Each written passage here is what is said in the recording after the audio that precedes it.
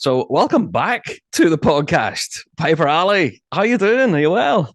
Oh, good to be here. Yes, I'm doing very well. It's been a minute, but I'm very excited to be back. I know. I was trying to think when we were last talking, and I think it was as I was saying just off mic. There's that it was whenever you reached just over 10K. So I Yeah, think you've sort of exceeded that now. just a little, just a touch. Yes. Yeah. So I hope you don't mind me saying, but you're now sitting at 1.2 million on Mhm. TikTok. That is correct. That's insane. That's like a crazy number. You It's know? unfathomable. Yeah. And I Yeah. think I Exactly. time too. It's like 10,000 people is a number my brain can't wrap itself around, and I haven't caught up actually. 10,000 is still a lot. Yeah. So, Oh, that's even then when we were talking back then at 10K, you were saying about how it was a lot. You were getting a lot of comments and a lot of feedback. Tell us about 1.2 million. What is that like having to handle that?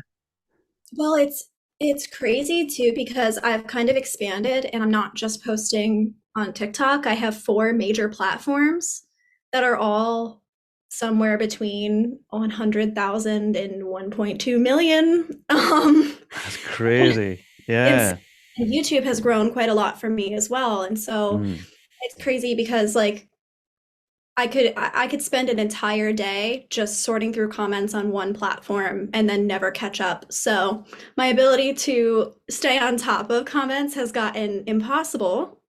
Yeah. Uh, Yeah. I dare say it would be impossible, but that volume really coming your direction, that would be incredibly difficult.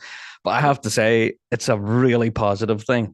From our point of view, we're a bagpiping show. So you're putting our instrument in front of millions. I mean, I've always wanted to see the bagpipes kind of explode this way, like just as a piper myself. I always got super excited when I would see bagpipes just kind of like appear in different shows, but I don't know, it feels really there's definitely a word for it. I'm not good at the words.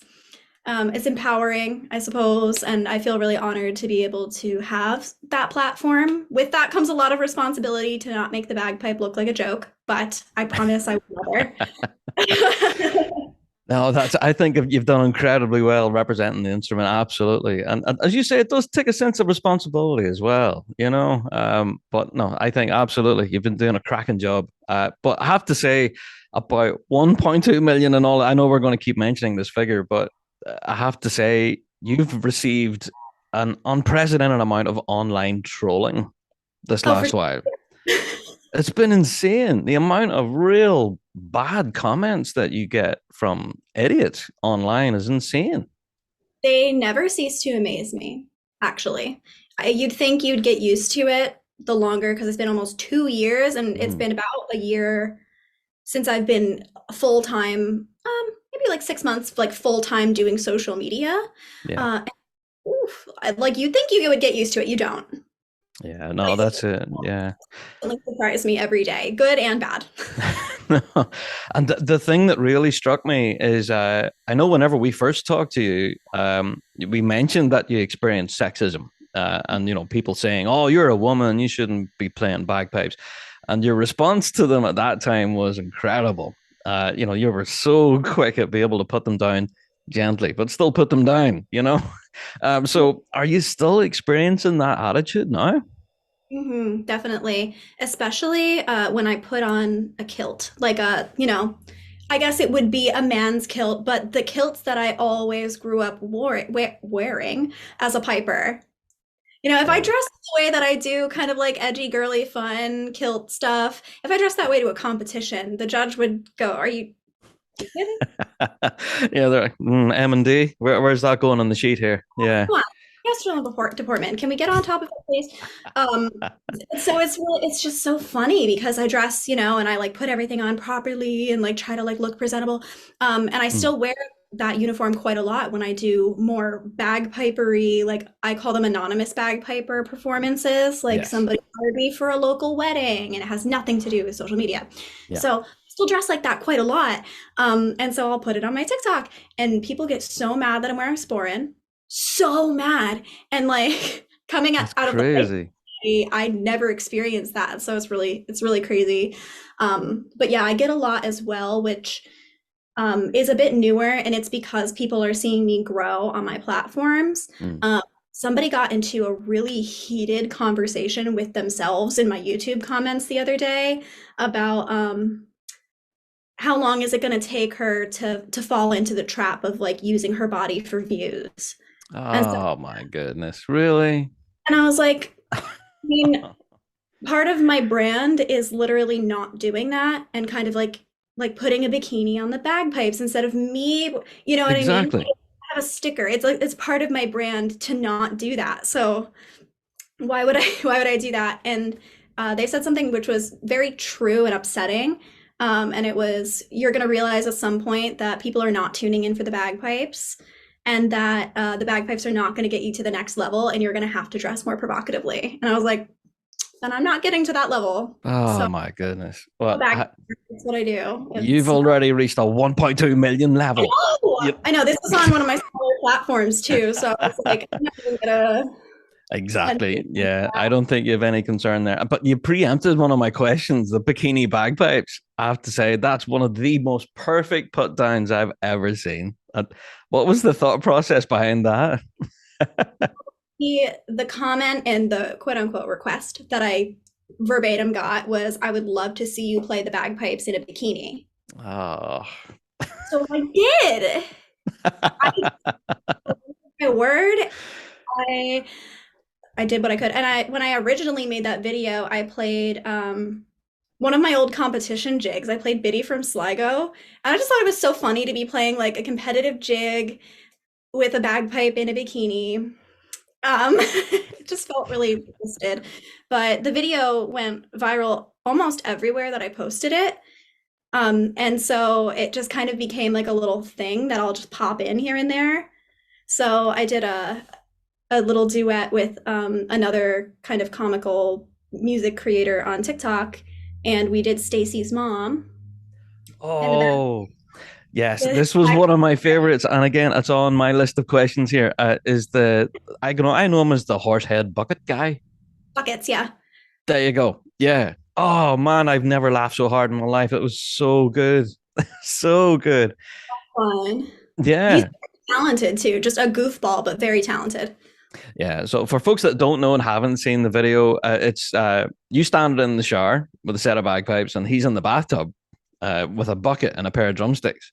So I don't know. I'm maybe not describing it too well, Oh, but that's it. there you go. But yeah, TikTok has been a lot of fun, and it can also be a bit of a toxic place as well. You know, with all the negative comments and stuff. But I think it's something that you're really handling incredibly well across all your platforms. Really. Very much appreciate that. It can be tough on some days, but the thing that I think I mentioned it back on our first interview, and it still rings true, is while those kind of comments never really get old and they still always surprise me, the same is true for all of the positive ones. Like none of it ever gets old. And the people every day who are like, wow, I thought I hated the bagpipes. You got a new fan. That like Yeah. people see it every day, you know, like you're making me fall in love with this instrument. And there's just so much great piping out there that people never get to experience. And so if Mm. I can be like a little gateway to expose people to all of that, then that's just, it's worth every ounce of stupid trolling. There you go. Absolutely. And I have to say, I'm not going to blow your head up here, but you have been somewhat of a bit of an inspiration to young women who are wanting to take up the bagpipe, especially here in the UK, where it is kind of seen as a cool thing for UK kids to do, but it's mostly fellas, you know? And Mhm. then whenever young girls are coming along to practice, they see a band hall filled with fellas and they're like, I don't really want to get in there. But when they're seeing the likes of yourself on social media thumping out the tunes, they're like, well, I want to do that, you know? So yeah, it's been happening for sure. Actually really nice.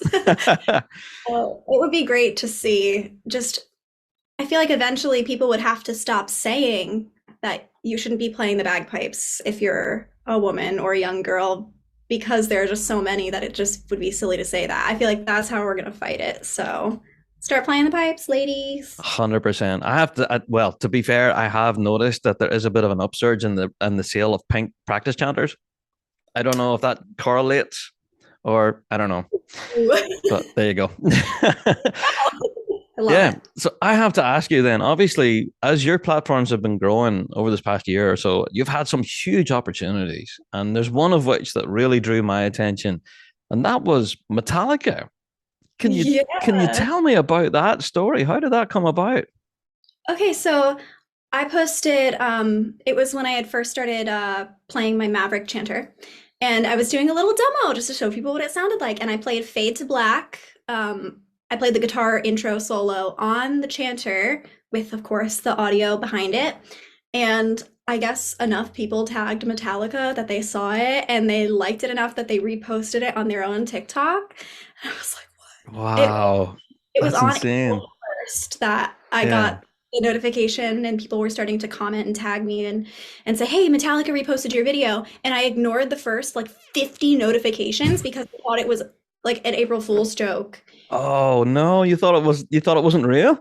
I thought it wasn't real because it was on April 1st and people were commenting Oh. on my stuff saying, "Metallica just reposted this. Metallica just reposted you." I was like, "This is silly. Like they're just playing a silly little prank." Yeah, I was out to lunch with my husband. And first of all, I had just hit 700,000 followers on TikTok Mm. that day. I was already, sweating in public because like that didn't feel real to me.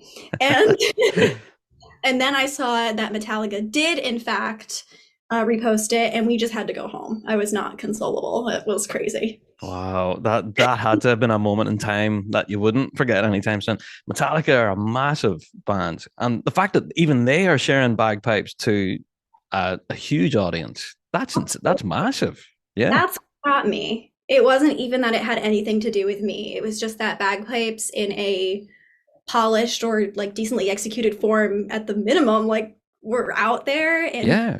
big band like became aware of bagpipes. That was just crazy. Oh, fantastic. Yeah. So I need to ask you then, there's another pretty exciting thing. And in the music world, I guess I'm a fan of Dragon Force because I'm a drummer, obviously.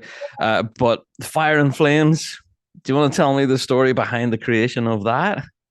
So I guess it's no secret that I'm a big fan of my electric violinist friend Mia. Yeah. Mia Osano. She's very cool, and she posted a cover of her playing Through the Fire and Flames on her electric violin. Mm. Huh, wonder if I can do that on the pipes. So I did it on the pipes, and it became my most viral video on TikTok very quickly. And Herman Lee commented on it, Dragon Force shared it on Instagram, and then Mia and I decided to do it as a duet version. Oh, And yes, that's right. Yeah. we duet reacted to it. It was like, we need these girls on our next album. So Yeah. A mouth hit maybe the one floor. day, Yeah. yeah, maybe one day bagpipes will be on a Dragon Force album. We'll have to see. Oh, man. That's the reason I wanted to ask you. Like, I wanted to get the inside scoop. Yeah. If that ever happens, please let us know because that would just be epic, you Yeah, know? I'll send you a personal DM. Oh, for sure. Well, yeah, and I know that listening to the podcast right now, now I'm going to get kind of nerdy here, but there's quite a lot of folk listening that would be wrestling fans, WWE fans, wrestler fans, and we know that there is one particular wrestler there, Drew McIntyre, and all the rest, and you somehow got involved with WWE. Tell me that. This isn't. It sounds like I'm making all of this up, but I'm not. Um, so WWE has a talk show called The Bump, and one of their hosts slid into my DMs, and it was another thing that I thought was a joke. Yeah, Um, yeah, you just thought it was another prank or something. Going, haha, yeah, yeah, well, I have a lot of spam and fake emails of people trying to like change your life, and yes, the fakes get really good. The fakes get really good. Like you read it and you respond, and then you realize it's fake. So when yeah, WWE emailed me, I was like, I'm gonna yeah, let that right. sit for a couple days. I'll get back to it when I have time to deal with the drama. And it was real. They wanted me to come on the show, and they Wow. wanted to play Drew McIntyre's theme for him walking in. So I got to make some TikToks with WWE that they posted on their TikTok. Um, Wow. they follow me back, by the way. I just want to say that WWE follows me. Wow. That's amazing. It's crazy. And so I don't know. I just think it's a little wild. That was a crazy day. That was a very fun day. And Drew McIntyre is so nice, so large. He's a very large human being. He's a big fella. Yeah. I don't actually, I've met him a couple of times, so he's just like a giant guy. Yeah. Yeah, but he would not fight me. So Ah, um there you go. it Scared. is Scared, you would think. probably. Yeah. But got to play the bagpipes in the ring at WWE, and so that was really cool. Across the board, just a really cool opportunity. And I hope that we get to work together again. We kind of left it a little bit open, like maybe bagpipes will be back. There you go. Hey, well, we know it's not the first time we've seen pipes in the WWE, of course, with Roddy Piper and everything. But it's just awesome to see them back again. And hey, I don't know, it's bound to have been some experience. Yeah, Absolutely. And I got to see, so they name their offices in the office building after yeah. famous wrestlers, and one of them is the Piper's Pit. And so I took a Oh little wow. photo next to it to honor Roddy. So Oh, very cool. amazing. Oh well, hey, I know all the wrestling fans listening right now are going, "Oh my God, that's incredible!" So they're bound to be losing their minds. There you are. Yeah, like a little pen where I was playing all of these like famous wrestlers' themes, and I'm gonna get back to it when the album promo stuff is done. But like they've seen it too. Like Seth freaking Rollins like retweeted it, Roman Reigns saw it on TikTok and like followed Wow. me back, and it was really cool. So, Oh, that's awesome. Oh, so brilliant. I'd love to hear that. Yeah. Oh, well, I have to say, with all of these incredible opportunities and stories and everything that you've been achieving over this last while, I have to say there's been something recently on your social media that you've been really open about and that folk have really sort of engaged with.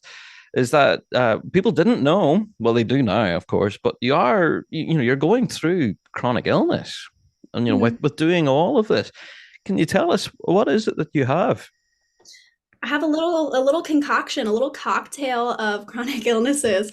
But right now diagnosed, and I'm still working with some other doctors and specialists to try and like really concretely nail everything down. But I have a genetic disorder called Ehlers-Danlos syndrome, which makes a lot of sense in hindsight. But on average, it does take people over a decade to actually get properly diagnosed. Mm. So it's a rare genetic disorder that is a defect in your connective tissue. So, long story short, my collagen is deformed. And so that means that my skin is a little bit too stretchy. It heals slower, bruises easily, injures easily, things like Mm. that. But more Yeah. importantly, all of my joints are hypermobile. So that Right. means that my joints are really lax and they can dislocate very easily.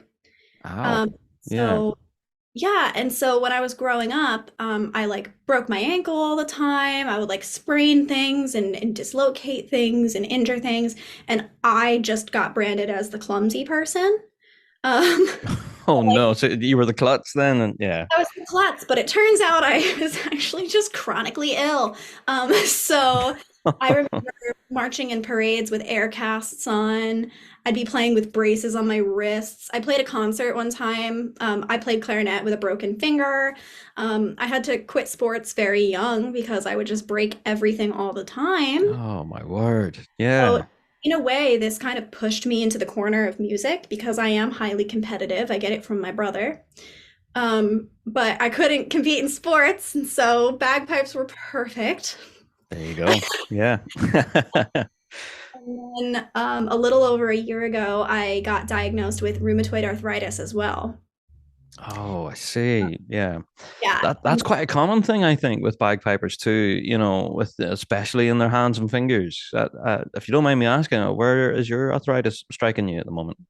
Well, because mine is rheumatoid arthritis, it's an autoimmune disease. And so it actually attacks a lot of places in my body. So Mm. my jaw is a really big one. I got diagnosed when I was 14 with TMJ, which is probably actually just my rheumatoid arthritis.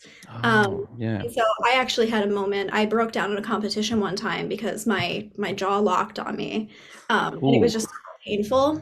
yeah. It was Blue Mountain Highland Games, and that was the last time my mom ever physically watched me compete because she would always get so nervous after. Oh Um, no. but I do have rheumatoid arthritis pretty bad in both of my hands and my wrists, and my hips, knees, and ankles. Those are my spots. Oh, goodness. Well, hi, I have to say full credit to you though. You know, managing to come through all of that and still producing the amount of incredible music that you're doing, you know. Do you ever find that it gets in the way, or have you just found ways to cope, I suppose, and get around it? So I did a lot of work, especially over the past couple of years, with posture, and with I guess like hand posture specifically. And I just make sure that my hands are always there's never any tension in my hands. If Mm, there's tension in my hands, it starts to hurt and it starts to feel really uncomfortable. yeah. But because I'm able to play, and it's helped my execution too, so no gripping.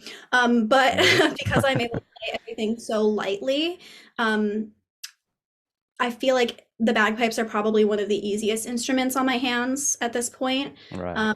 I struggle a lot with my flute, mostly because of the wrist posture, Yeah. and some of my other woodwinds as well. And I had to actually cut back on some instruction with piano because piano is starting to get a little sore.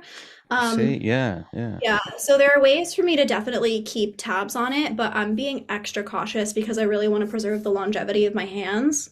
Yeah. And so that's my main goal is really just being super, super kind to my body. There you are. Not sound advice there, absolutely. And I'm sure for a lot of pipers listening right now, they'll know about the feather touch. We've talked about it on the show many times. And if you're forcing it, then it won't happen. So that's good advice there, I think. Yeah, yeah, it's really crucial, especially if you want to play for a long time. And that's why I'm a big advocate as well for an easy solo bagpipe because There you are. I yeah, I mean, it's hard to not grip the chanter when you're like squeezing the heck out of a bag. So, Yeah. um, yeah, so I'm a big advocate for an easy solo bagpipe. That's it, 100%. Your reeds don't have to be the size of two by fours. You know, just a nice, easy enough reed to get it moving. That's all you need. Yeah. Yeah, there are really, really excellent ways to preserve tone on an easier read. So, There you are. gotta work Absolutely. on mechanics, physics. So it would be remiss of me if I didn't mention all of the relationships that you've managed to establish over the years. Of course, McLennan Bagpipes. We have to give them a shout. I Go on, love multi. McLennan. Yeah, and of course our own show sponsor here, G1. Ooh, go on, G1 legends. And who are the Chandler company as well? You mentioned them. Maverick. Maverick Challengers, yes, of course. Those are the real cool looking ones with like the stripes in them and stuff. My Maverick is downstairs, but Mm. I do have my little cap, which you can see Oh, the wood grain on it. oh, yeah, there you go. Those wood grain finishes are beautiful. Yeah, so that there we are. We're giving you all a shameless plug. There you go. Yeah, I mean, I genuinely wouldn't be able to do anything without all three of them. They're like Yeah. all the concert pitch chanters, G1 reeds, we know. Hey, We know come on. the reeds. The reeds are stellar. There you Um, are. my small pipes and then the bagpipes that I have for actually traveling and touring with Oh, are from are McClellan. them on the McLeod's for the traveling with? Right. Okay. Cool. And Yeah, how have you found those on the road then? I it's so nice to have a set that I can be a little less anxious about. I'm still very, very careful with them, but they made me a poly set of their Claymore profile. Um, Yes. Yeah. and I just remember the anxiety of like bringing my Robertsons out. Um, Oh no. Yeah. like weather things. So I'm still, of course, very careful with them, but there is like a level of security knowing that they can come with me and still sound very good and be able to withstand a little bit more. They're just a bit more durable. There you go. Yeah, you're not worrying about that stock cracking all the time. Yeah, And they sound absolutely. really good on stage too. So There you um, go. they've played at some cool places. They played at WWE. Oh, So see, nice. There you go. So you're still playing the small pipes then? And I know the last I was chatting with you, you were kind of mucking about with them, not sure where to go with them, but are you still playing the small pipes? Yeah. absolutely. They are a big part of my streaming Ah, music. there you go. Time. Yeah, I'm still playing them quite a lot. I love having them. I've been starting to incorporate them in like shows as well. So the Yeah, last concert that I played some small pipes as well with some other musicians, and so they're there still you a big go. part of everything too. It's good to have another musical voice, I suppose. Yeah, there you go. It adds a lot of diversity with Indeed. sound. So Well, talking about diversity of sound, you'd almost think I'm a radio guy and I've done this on purpose. Let's talk about your album then, where it is full of diverse sounds.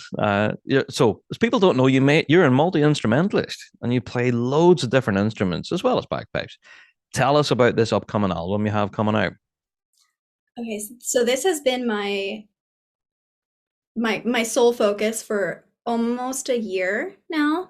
It has been very challenging to ever since I put my EP out, and I put my EP out on November 5th of last year. Mm-hmm.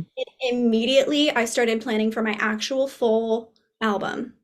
And it took a really long time to curate everything, to kind of plan out the pieces, to have failures and new ideas. And it's finally happening. So I am playing 7 different instruments on the album, but with a bagpipe focus. So there are still bagpipes on every single track, or small pipes. One of them is small pipes, but I'm playing 8 instruments and I'm singing lead vocals on it. So it's very much like every corner of me as a musician tossed into the album. And I'm just so excited to bring it out to the world. It's Oh, very that's fantastic. So, well, yeah, for your fans, of course, they know when the release date is. But for folks listening to the pod now or even watching this video, it'll be out on November 18th. Isn't that right? very soon, especially when Yeah. it's public. It's very soon. Yeah, I am over the moon excited about it. It's called The Pipes Are Calling. Of course it is. And it's because the main track on it, where I am playing almost all of the instruments on the entire album, are in that one song. It's Danny Boy, of course. Um, and so I'm like a 7-piece choir, and I'm playing a whole woodwind section, and I have a Oh, guest wow. vocalist. Highland pipes, small pipes, the whistles, the works. So there's a lot in there. Yeah. And there are some originals on there too. Oh, fantastic. Well, for those folks who have got the EP, thankfully I'm one of them. Does that kind of give us a little bit of a flavor as to what's going to be in the album, or is it completely different? There is a flavor for sure. So I would say from that album, oh, shaking stuff, from that EP, if you take the Megalodon reel and High on a Hill, Yeah. kind Hmm. of get a little bit deeper off of both of them, that's kind of where this album kind of falls. I see. Right. So it is one definitely for piping fans to check out for sure. I would recommend it to everyone listening right now. But for non-piping fans as well, is this one they could throw under the Christmas tree, maybe? Absolutely. So it's 4 instrumental tracks and 4 vocal tracks. Oh, Um, nice. Again, bagpipes are in everything, but so is something else. So 2 of them are heavy bagpipe tracks with some traditional stuff, some originals. And then the rest of it is kind of like an extended version of Magdalena, which is a saxophone and bagpipe combo. I already released that Yeah. one. An extended version is going to be on the album. And Right. so it's like a little bit of a cross genre because jazz was such a big part of my life growing up as a musician. Hmm. So bagpipe jazz. I love that. I was just going to say that bagpipe jazz. That sounds smashing. Yeah. And there is a shorter version of it that's already out. So that's not, it's a little bit of a spoiler, but not too much of a spoiler. There you go. So where can folks go and grab this then? Where platform wise will you have it available then? I will have a physical CD, which I know is very controversial, but people love them. I think having a physical CD is really nice because I do hand sign all of them. And so it's just like a nice little personal touch. But that's going to be on my Bandcamp, which is where that's basically my personal shop. Yeah. Uh, and then the rest of it is going to be, again, available on every streaming platform under my artist name, which is Piper.Ally. There you And so go. Yeah. iTunes, Spotify, you name it, it's probably there. All those usual spots then. All Yeah. Well, I can't wait to get it on air, by the way. So, yeah, if you're listening to the pod this week, then be prepared. Next week's Rab show will be filled with Piper.Ally. So just beware. All right. Okay. Well, that's all sorts of exciting. I'm really looking forward to that. So that's November 18th then. Again, just to remind folks, yeah, it's called The Pipes Are Calling. Is that right? Pipes are calling. There you go. Nice one. So I need to get into a few last questions before I let you go. Well, it turns out that in our last interview, I didn't really ask you a famous Big Rab Show question we ask everyone. So I know I should get a slap on the wrist for that bad rap. So yeah, I have to ask you, have you got a favorite cheese? You know what's so funny is before you interviewed me on the last one, I was educated. I had done my research Oh no. and I had planned for that question. Had you? Oh no. Um, Now you're catching me off guard. Oh So, no. no, it's okay. So, little fun fact, Allie the Piper here is a vegan. Oh, I see. Oh, there you go. I didn't know. I Yeah. am still a cheese connoisseur. Oh, right. Okay. Back when I could consume dairy before it would try to kill me, I was a fan of Munster cheese. Monster. Oh, there you I know, go. very unique. However, my current favorite is a mozzarella from a brand called Violife. Ooh, I like It the is, sound of that. it's actually very good. It's very creamy, melts very nicely, doesn't hurt the stomach. That helps too. That helps too. Absolutely. I haven't had dairy like heavily since I was like 15. So it's been over 10 years, and I haven't had any dairy in the past 7 years. So I can't say how much it tastes like dairy cheese, but I do love it a lot. And I often head down to the refrigerator like 2 in the morning for a little. There you go. Does no harm. Yeah. So can I ask you then? We've got a well. I have to ask you about the emotional support acts. What the heck is this? The emotional support acts? What is this? So, yes, I am a musician, but I also really love a good sharp thing. A sharp thing. Okay. Love a good sharp thing. And so Denver, my husband, actually for my birthday last year, was sweet enough to get me a Viking battle axe, Right. which is really sweet of him. And I became deeply obsessed, and I started incorporating it into my content wherever possible. And Right. so it became branded as the emotional support axe. I see. Um, Now it's funny that you bring that up, and I swear this wasn't planned, but today I did release emotional support axe figurines on my merchandise shop. What? Figurines? You're kidding. Hold on. Oh my word. Look at that. Well, for those watching the video right now, you're holding up a little miniature axe on a lanyard. That's amazing. It's about the size Yeah, of your palm. Yeah. it's about the size of my palm, and it has like the engraving that my emotional support axe has.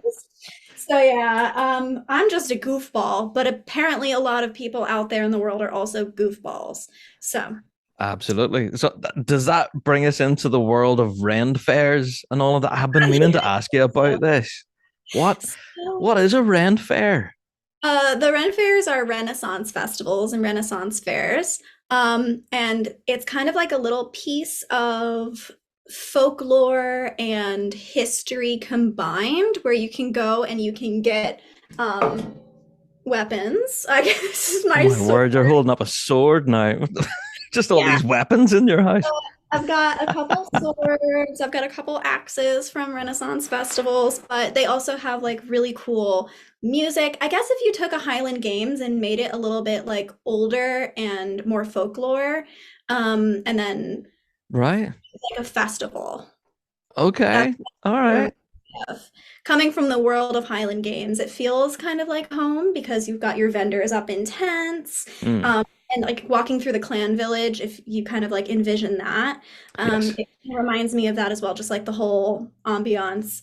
But they have actors at the festivals who will do shows. There's a joust. Right. Um, Like on horseback and they're like at each other with Horseback. swords and stuff. Yeah, Wow. so there's a joust, and then there's also live music, and so I've had the opportunity to play at some Renaissance festivals, which has been fun, and it's Yeah. my emotional support acts and be able to wear it on my body while I play the pipes. There you go. That sounds all sorts of amazing and confusing at the same time. You know, it's completely out of the world that I'm used to. Yes, and that's a great way to put it. I had never been to a Renaissance festival before I started performing at them.